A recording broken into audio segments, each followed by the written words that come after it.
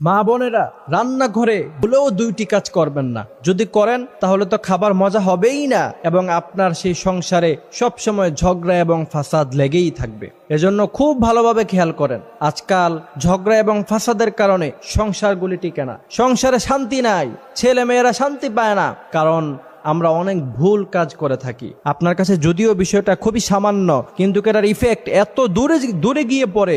যদি এই ভুলগুলি আপনি করেন তাহলে হতে পারে আপনার সংসারও টিকবে না, আপনার সংসার হয়তো ভেঙ্গেও যেতে পারে। তো এই জন্য খুব ভালোভাবে খেয়াল করবেন। মা বোনেরা, রান্নাঘরে ভুলেও যে দুইটি কাজ করবেন না, তার মধ্য থেকে এক নাম্বার হলো, আপনি যখন রান্নাঘরে প্রবেশ করবেন তখন আপনি রান্নার কাজ শুরু করার আগে বিসমিল্লাহ বলা ছাড়া রান্নার কোনো কাজ আপনি শুরু করবেন না। বিসমিল্লাহির রহমানির রহিম বলে আপনি রান্নার কাজ শুরু করবেন।